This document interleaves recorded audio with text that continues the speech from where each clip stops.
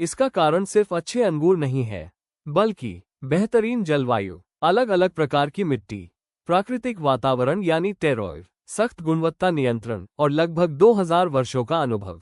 यही सभी चीजें मिलकर फ्रेंच वाइन को दुनिया की सबसे प्रतिष्ठित वाइन बनाती है। इसी वजह से आज भी जब कोई वाइन प्रेमी दुनिया की सर्वश्रेष्ठ वाइन की बात करता है तो सबसे पहले फ्रांस का नाम लिया जाता है। अगर आपको यह वीडियो पसंद आई हो तो इसे लाइक करें, अपने दोस्तों के साथ शेयर करें और चैनल को सब्सक्राइब करना बिल्कुल न भूलें।